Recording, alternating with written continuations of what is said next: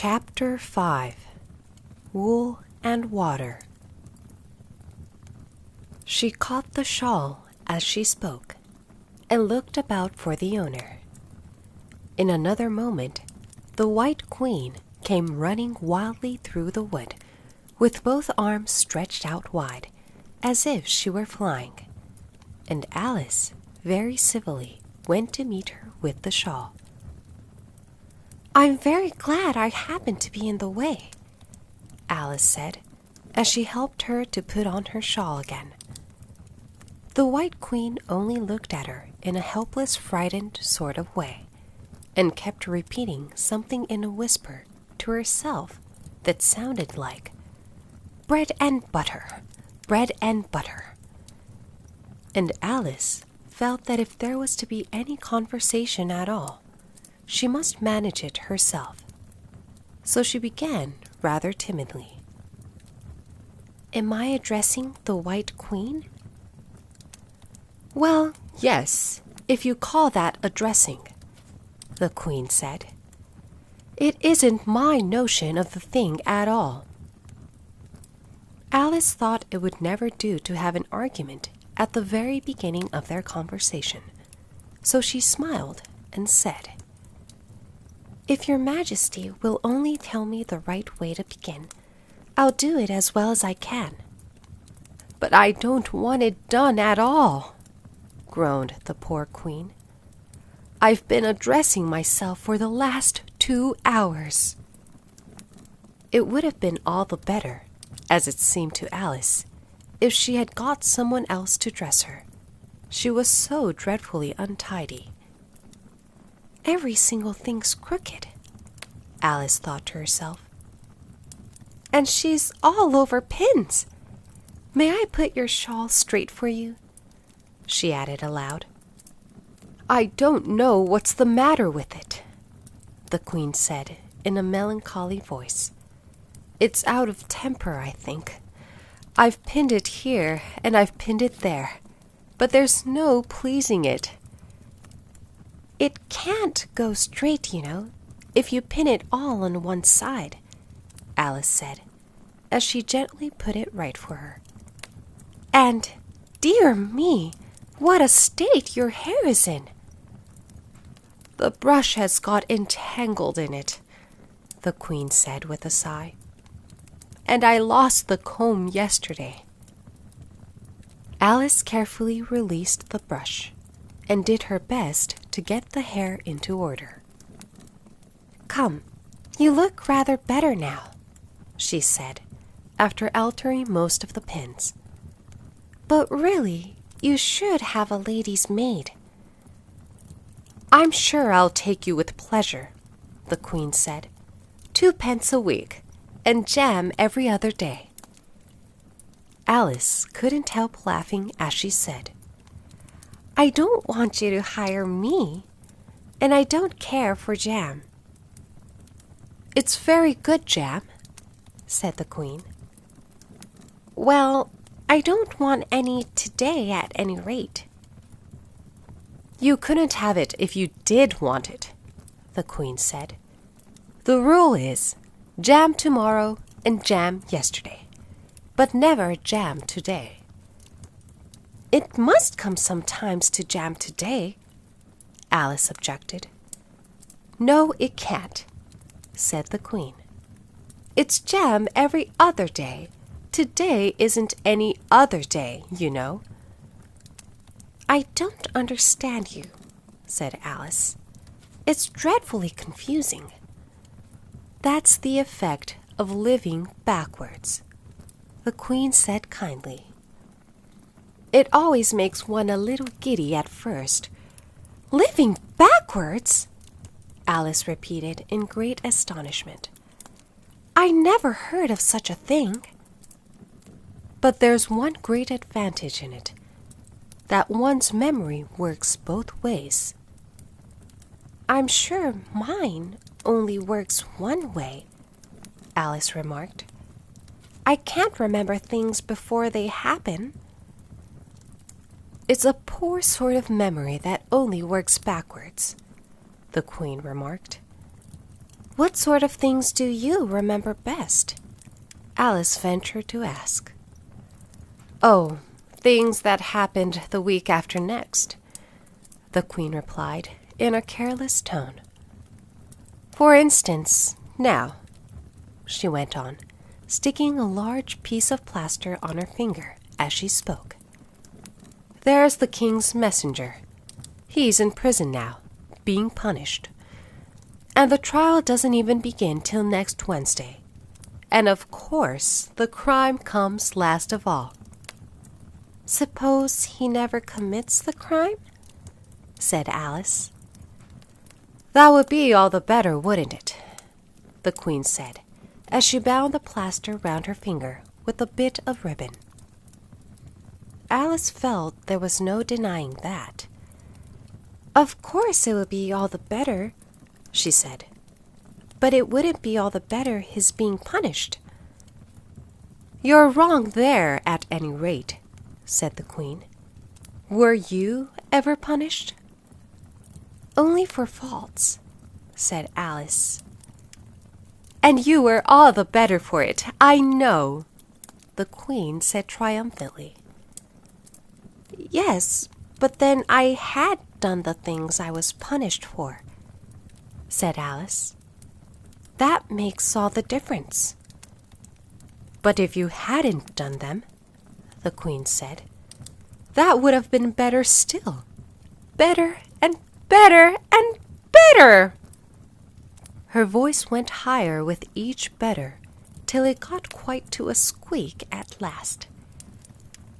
Alice was just beginning to say, There's a mistake somewhere, when the Queen began screaming so loud that she had to leave the sentence unfinished. Oh! Oh! Oh! Shouted the Queen, shaking her hand about as if she wanted to shake it off. My finger's bleeding! Oh! Oh! Oh! Oh! Her screams were so exactly like the whistle of a steam engine that Alice had to hold both her hands over her ears. What is the matter? She said, as soon as there was a chance of making herself heard. Have you pricked your finger? I haven't pricked it yet, the Queen said, but I soon shall. Oh! Oh! Oh! When do you expect to do it? Alice asked, feeling very much inclined to laugh. When I fasten my shawl again, the poor Queen groaned out. The brooch will come undone directly. Oh! Oh! As she said the words, the brooch flew open, and the Queen clutched wildly at it and tried to clasp it again. Take care, cried Alice. You're holding it all crooked. And she caught at the brooch, but it was too late. The pin had slipped, and the Queen had pricked her finger. That accounts for the bleeding, you see, she said to Alice with a smile. Now you understand the way things happen here. But why don't you scream now? Alice asked, holding her hands ready to put over her ears again. Why, I've done all the screaming already, said the Queen. What would be the good of having it all over again? By this time, it was getting light. The crow must have flown away, I think, said Alice. I'm so glad it's gone. I thought it was the night coming on. I wish I could manage to be glad, the Queen said. Only I never can remember the rule. You must be very happy living in this wood, and being glad whenever you like. Only it is so very lonely here, Alice said in a melancholy voice, and at the thought of her loneliness, 2 large tears came rolling down her cheeks. Oh, don't go on like that, cried the poor Queen, wringing her hands in despair. Consider what a great girl you are. Consider what a long way you've come today. Consider what o'clock it is. Consider anything, only don't cry. Alice could not help laughing at this, even in the midst of her tears. Can you keep from crying by considering things? She asked. That's the way it's done, the Queen said with great decision. Nobody can do two things at once, you know. Let's consider your age to begin with. How old are you? I'm 7.5 exactly. You needn't say exactly, the Queen remarked. I can believe it without that. Now I'll give you something to believe. I'm just 101, 5 months and a day. I can't believe that, said Alice. Can't you? The Queen said in a pitying tone. Try again. Draw a long breath and shut your eyes. Alice laughed. There's no use trying, she said. One can't believe impossible things. I dare say you haven't had much practice, said the Queen. When I was your age, I always did it for half an hour a day. Why, sometimes I've believed as many as 6 impossible things before breakfast. There goes the shawl again. The brooch had come undone as she spoke, and a sudden gust of wind blew the Queen's shawl across a little brook. The Queen spread out her arms again and went flying after it, and this time she succeeded in catching it for herself. I've got it, she cried in a triumphant tone. Now you shall see me pin it on again, all by myself. Then I hope your finger is better now? Alice said very politely as she crossed the little brook after the Queen.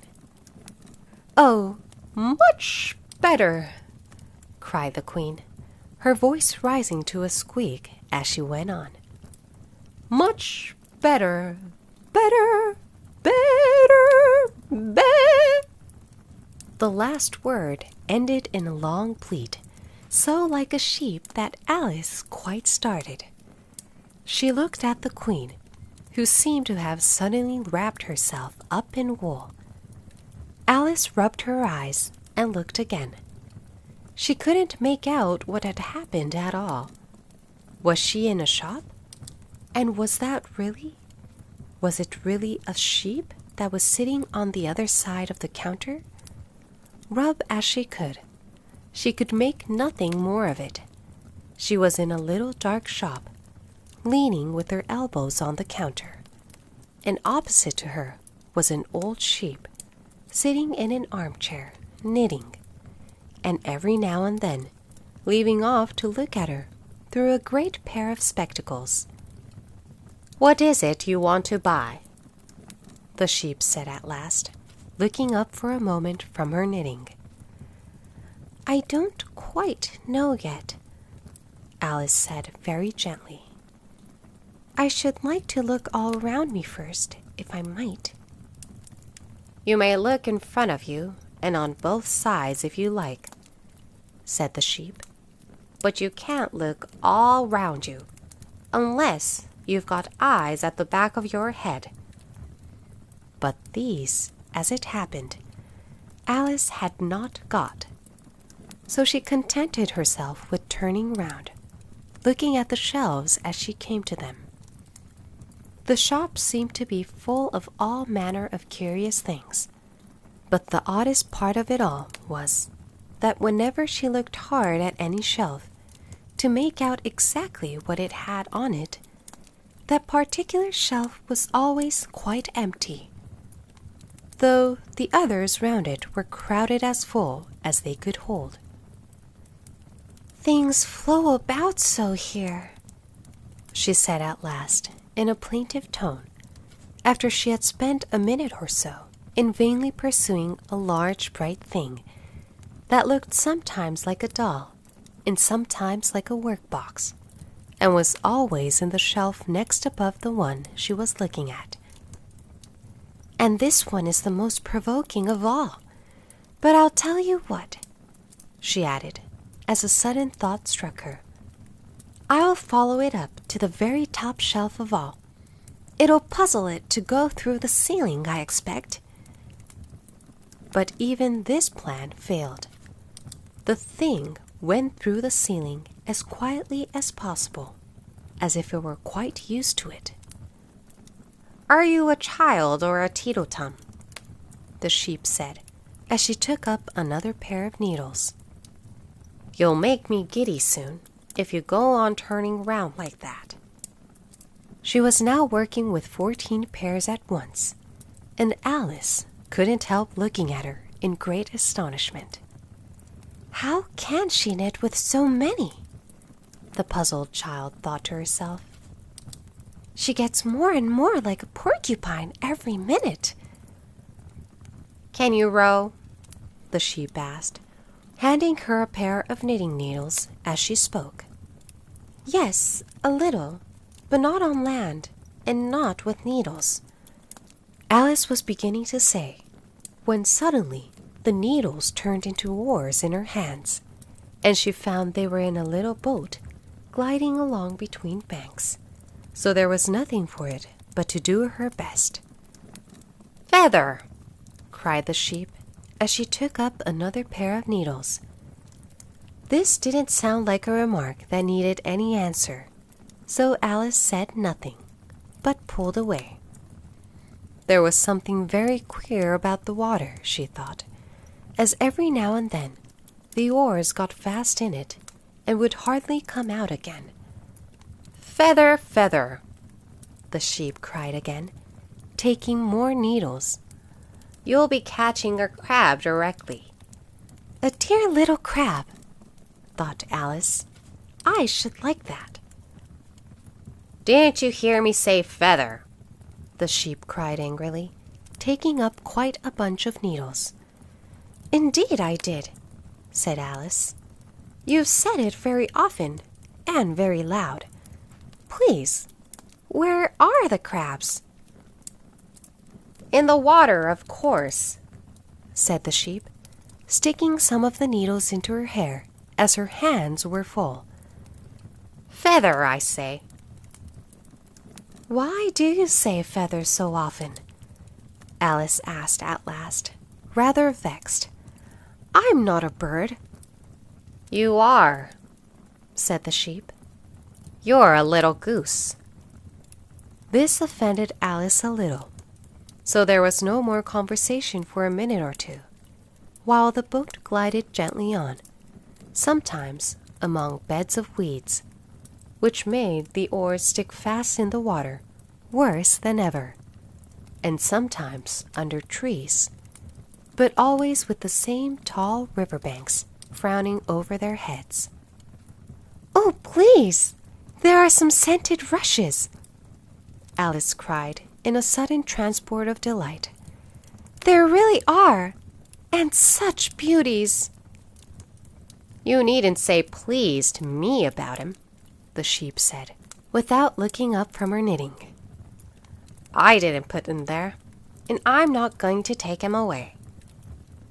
No, but I meant, please, may we wait and pick some?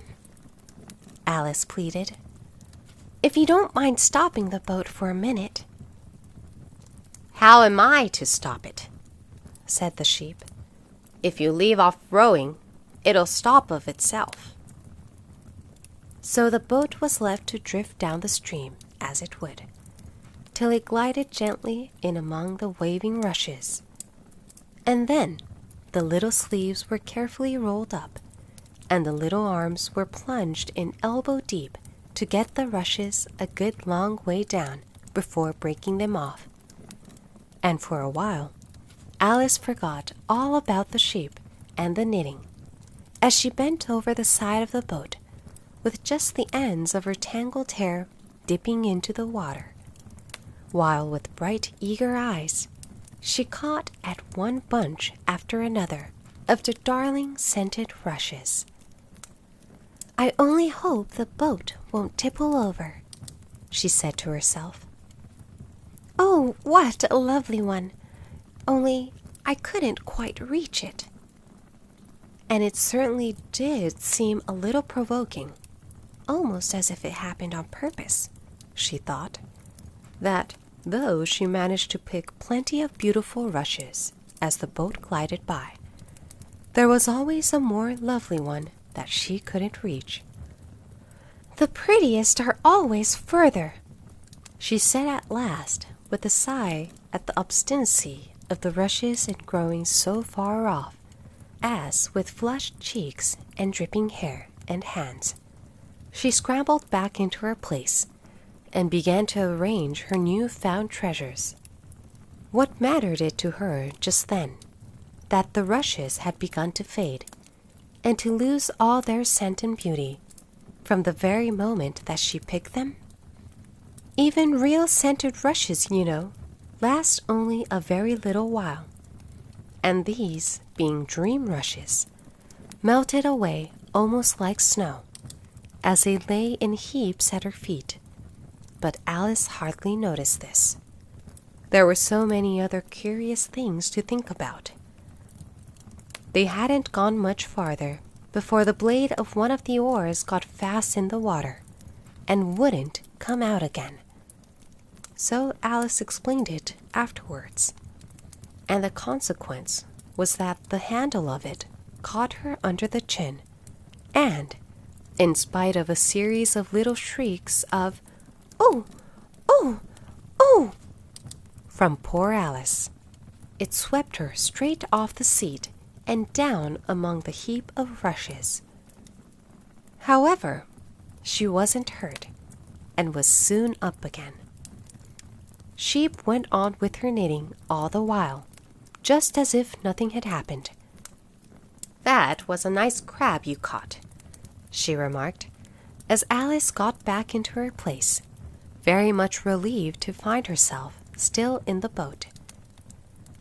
"Was it? I didn't see it," said Alice, peeping cautiously over the side of the boat into the dark water. "I wish it hadn't let go. I should so like to see a little crab to take home with me." But the sheep only laughed scornfully and went on with her knitting. "Are there many crabs here?" said Alice. "Crabs and all sorts of things," said the sheep. "Plenty of choice. Only make up your mind.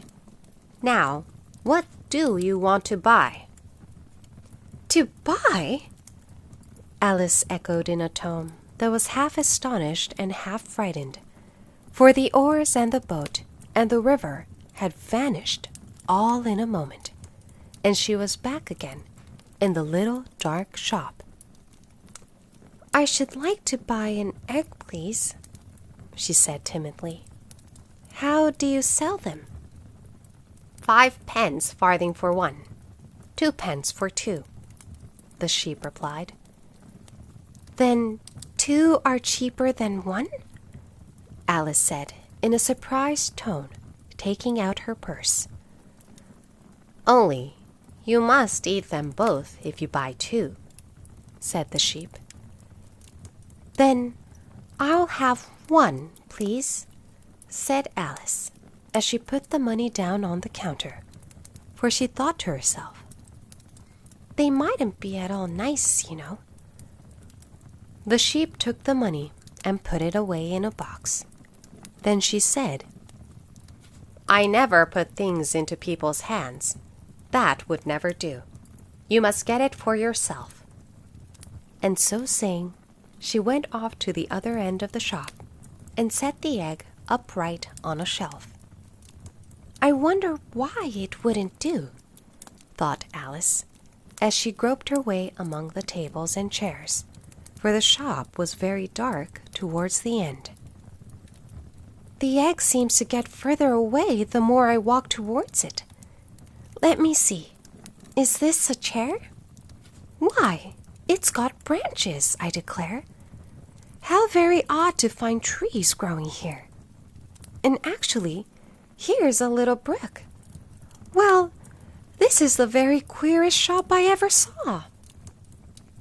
So she went on, wondering more and more at every step, as everything turned into a tree the moment she came up to it, and she quite expected the egg to do the same.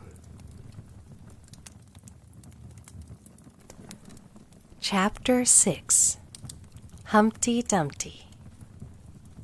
However, the egg only got larger and larger, and more human.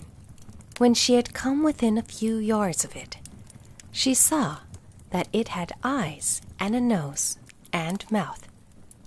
And when she had come close to it, she saw clearly that it was Humpty Dumpty himself.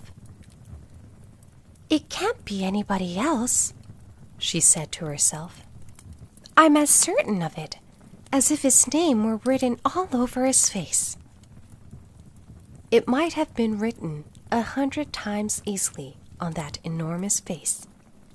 Humpty Dumpty was sitting with his legs crossed, like a Turk, on the top of a high wall, such a narrow one that Alice quite wondered how he could keep his balance.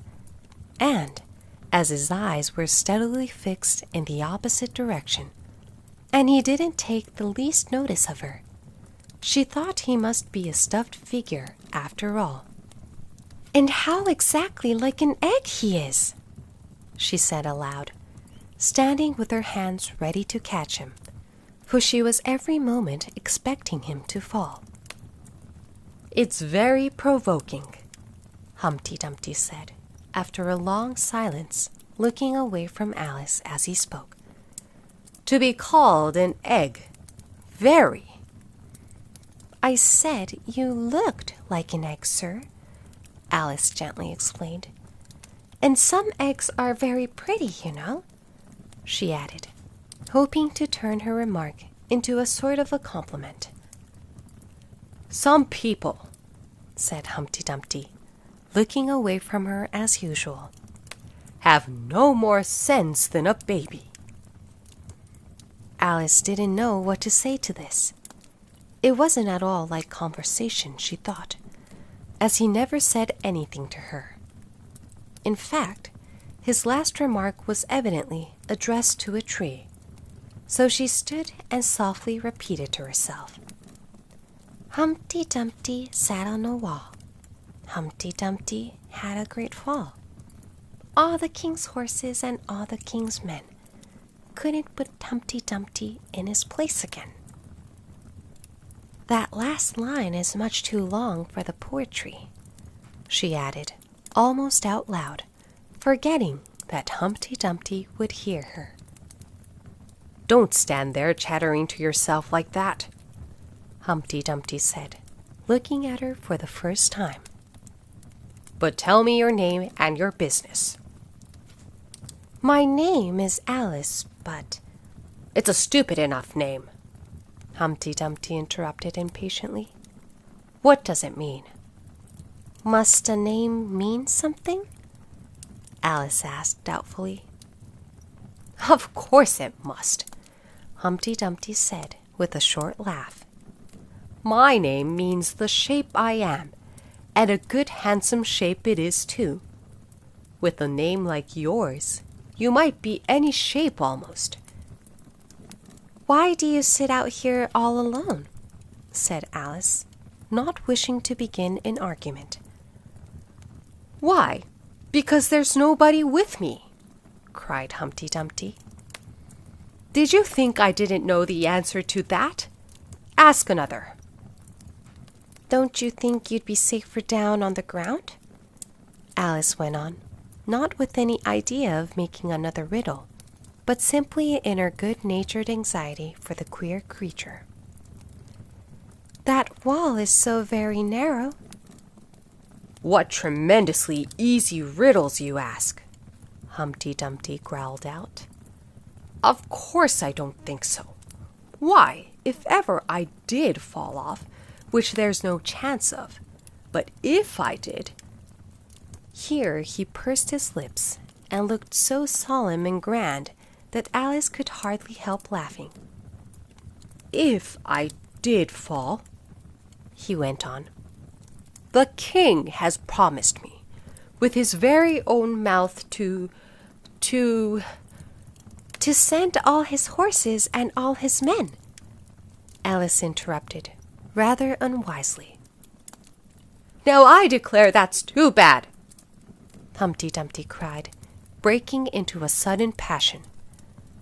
"You've been listening at doors, and behind trees, and down chimneys, or you couldn't have known it." "I haven't indeed," Alice said very gently. "It's in a book." "Ah, well, they may write such things in a book," Humpty Dumpty said in a calmer tone. "That's what you call a history of England, that is. Now, take a good look at me. I'm one that has spoken to a king. I am, mayhap, you'll never see such another. And to show you I'm not proud, you may shake hands with me." And he grinned almost from ear to ear as he leant forwards, and as nearly as possible fell off the wall in doing so, and offered Alice his hand. She watched him a little anxiously as she took it. If he smiled much more, the ends of his mouth might meet behind, she thought. And then I don't know what would happen to his head. I'm afraid it would come off. "Yes, all his horses and all his men," Humpty Dumpty went on. "They'd pick me up again in a minute. They would. However, this conversation is going on a little too fast. Let's go back to the last remark but one." "I'm afraid I can't quite remember it," Alice said very politely. "In that case, we start fresh," said Humpty Dumpty. "And it's my turn to choose a subject." "He talks about it just as if it was a game," thought Alice. "So here's a question for you. How old did you say you were?" Alice made a short calculation and said, 7 years and 6 months. "Wrong!" Humpty Dumpty exclaimed triumphantly. "You never said a word like it." "I thought you meant, how old are you?" Alice explained. "If I'd meant that, I'd have said it," said Humpty Dumpty. Alice didn't want to begin another argument, so she said nothing. 7 years and 6 months, Humpty Dumpty repeated thoughtfully. "An uncomfortable sort of age. Now, if you'd asked my advice, I'd have said, leave off at 7. But it's too late now." "I never ask advice about growing," Alice said indignantly. "Too proud?" the other inquired. Alice felt even more indignant at this suggestion. "I mean," she said, "that one can't help growing older." "One can't, perhaps," said Humpty Dumpty, "but 2 can. With proper assistance, you might have left off at 7. "What a beautiful belt you've got on," Alice suddenly remarked. They had had quite enough of the subject of age, she thought, and if they really were to take turns in choosing subjects, it was her turn now. "At least," she corrected herself on second thoughts, "a beautiful cravat, I should have said. No, a belt, I mean. I beg your pardon," she added in dismay, for Humpty Dumpty looked thoroughly offended, and she began to wish she hadn't chosen that subject. "If I only knew," she thought to herself, "which was neck and which was waist." Evidently, Humpty Dumpty was very angry, though he said nothing for a minute or two. When he did speak again, it was in a deep growl. "It is a most provoking thing," he said at last, "when a person doesn't know a cravat from a belt." "I know it's very ignorant of me," Alice said, in so humble a tone that Humpty Dumpty relented. "It's a cravat, child, and a beautiful one, as you say. It's a present from the White King and Queen. There now." "Is it really?" said Alice, quite pleased to find that she had chosen a good subject after all. "They gave it to me," Humpty Dumpty continued thoughtfully, as he crossed one knee over the other and clasped his hands round it. "They gave it me for an unbirthday present." "I beg your pardon?" Alice said with a puzzled air. "I'm not offended," said Humpty Dumpty. "I mean, what is an unbirthday present?" "A present given when it isn't your birthday, of course." Alice considered a little. "I like birthday presents best," she said at last. "You don't know what you're talking about," cried Humpty Dumpty. "How many days are there in a year?" 365, said Alice. "And how many birthdays have you?" 1. "And if you take 1 from 365, what remains?" 364, of course. Humpty Dumpty looked doubtful. "I'd rather see that done on paper," he said. Alice couldn't help smiling as she took out her memorandum book and worked the sum for him. 365 subtracted by 1 equals 364. Humpty Dumpty took the book and looked at it carefully. "That seems to be done right," he began. "You're holding it upside down," Alice interrupted.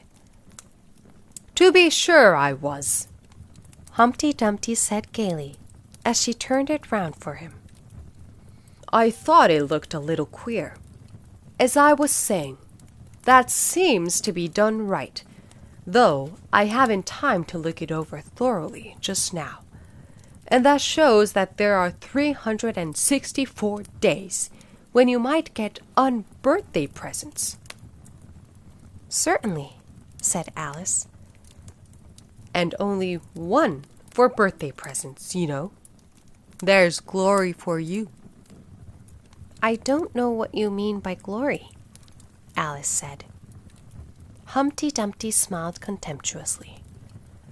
"Of course you don't, till I tell you. I mean, there's a nice knock-down argument for you." "But glory doesn't mean a nice knock-down argument," Alice objected. "When I use a word," Humpty Dumpty said in a rather scornful tone, "it means just what I choose it to mean. Neither more nor less." "The question is," said Alice, "whether you can make words mean so many different things." "The question is," said Humpty Dumpty, "which is to be master, that's all." Alice was too much puzzled to say anything, so after a minute Humpty Dumpty began again. "They've a temper, some of them, particularly verbs. They are the proudest. Adjectives you can do anything with, but not verbs. However, I can manage the whole lot of them. Impenetrability, that's what I say." "Would you tell me, please," said Alice, "what that means?" "Now you talk like a reasonable child," said Humpty Dumpty, looking very much pleased. "I meant by impenetrability that we've had enough of that subject, and it would be just as well if you'd mention what you mean to do next, as I suppose you don't mean to stop here all the rest of your life." "That's a great deal to make one word mean," Alice said in a thoughtful tone. "When I make a word do a lot of work like that," said Humpty Dumpty, "I always pay it extra." "Oh," said Alice. She was too much puzzled to make any other remark. "Ah, you should see him come round me of a Saturday night," Humpty Dumpty went on, wagging his head gravely from side to side. "For to get their wages, you know."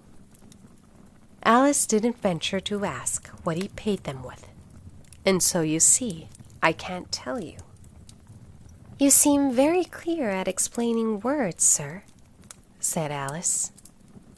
"Would you kindly tell me the meaning of the poem called Jabberwocky?" "Let's hear it," said Humpty Dumpty. "I can explain all the poems that were ever invented, and a good many that haven't been invented just yet." This sounded very hopeful, so Alice repeated the first verse. "'Twas Brillig and the slithy toves did gyre and gimble in the wabe. All mimsy were the borogoves, and the mome raths outgrabe." "That's enough to begin with," Humpty Dumpty interrupted. "There are plenty of hard words there. Brillig means 4 o'clock in the afternoon, the time when you begin broiling things for dinner." "That'll do very well," said Alice. "And slithy?" "Well, slithy means lithe and slimy. Lithe is the same as active.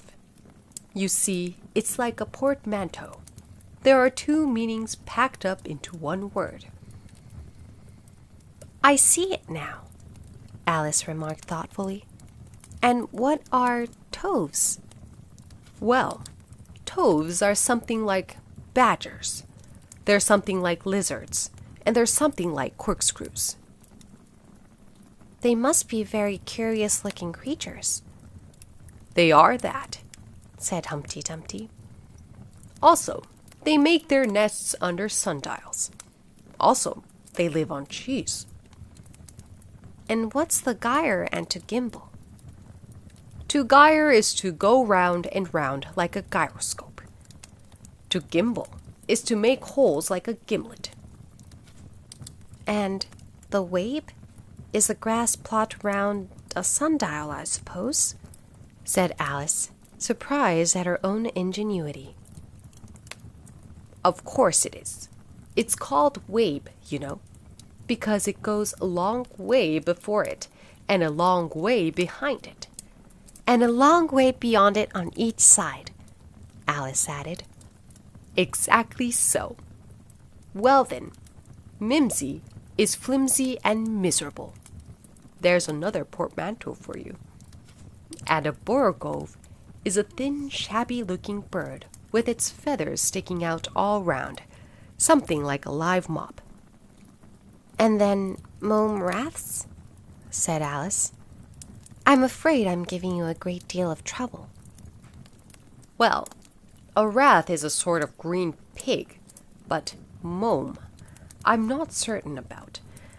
I think it's short for from home, meaning that they'd lost their way, you know." "And what does outgrabe mean?" "Well, outgraving is something between bellowing and whistling, with a kind of sneeze in the middle. However, you'll hear it done, maybe, down in the wood yonder, and when you've once heard it, you'll be quite content. Who's been repeating all that hard stuff to you?" "I read it in a book," said Alice. "But I had some poetry repeated to me, much easier than that, by Tweedledee, I think it was." "As to poetry, you know," said Humpty Dumpty, stretching out one of his great hands, I can repeat poetry as well as other folk, if it comes to that. Oh, it needn't come to that, Alice hastily said, hoping to keep him from beginning. The piece I'm going to repeat, he went on, without noticing her remark, was written entirely for your amusement.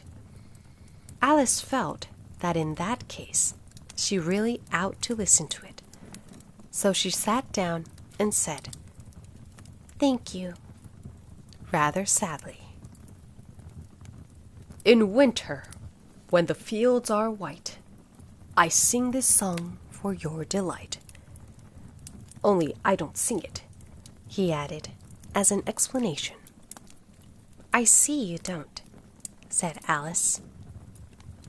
If you can see whether I'm singing or not, you've sharper eyes than most, Humpty Dumpty remarked severely. Alice was silent.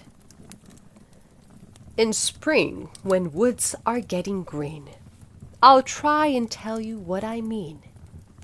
"Thank you very much," said Alice.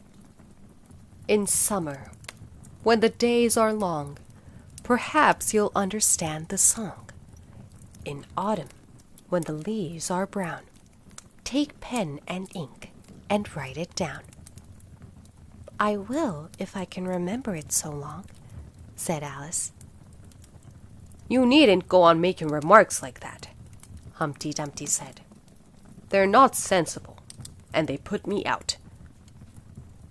I sent a message to the fish. I told them, this is what I wish. The little fishes of the sea, they sent an answer back to me.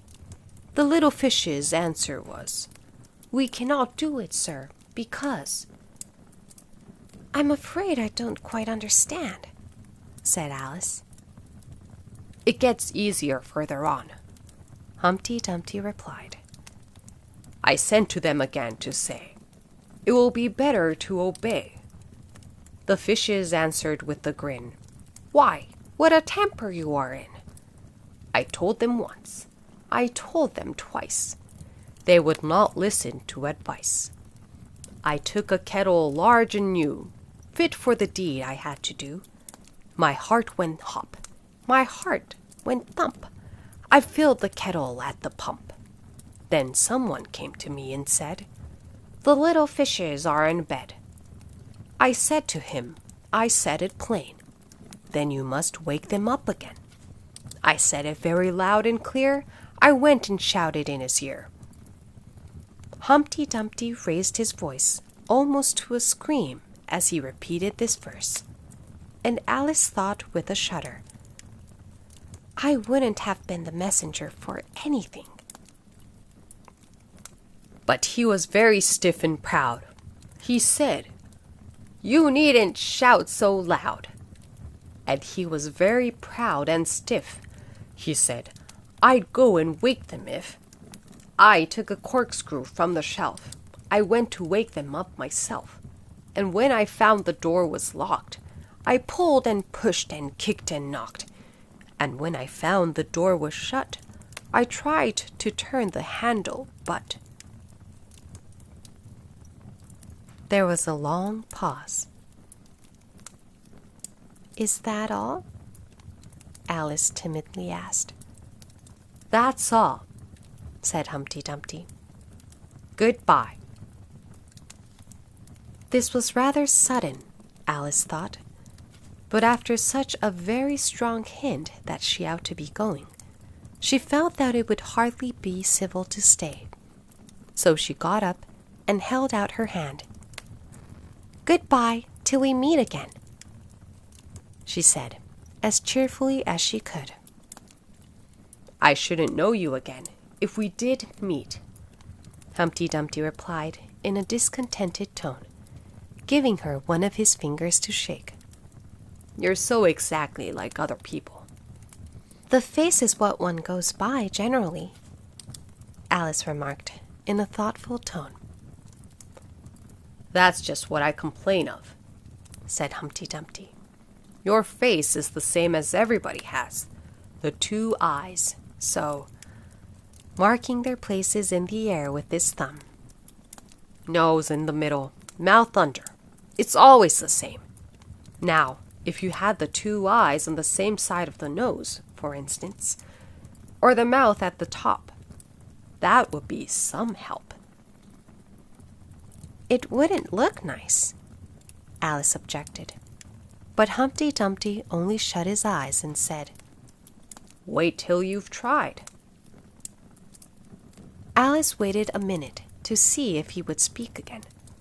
But as he never opened his eyes or took any further notice of her, she said, Goodbye, once more, and getting no answer to this, she quietly walked away. But she couldn't help saying to herself as she went, Of all the unsatisfactory... She repeated this aloud, as it was a great comfort to have such a long word to say. Of all the unsatisfactory people I ever met. She never finished the sentence, for at this moment a heavy crash shook the forest from end to end.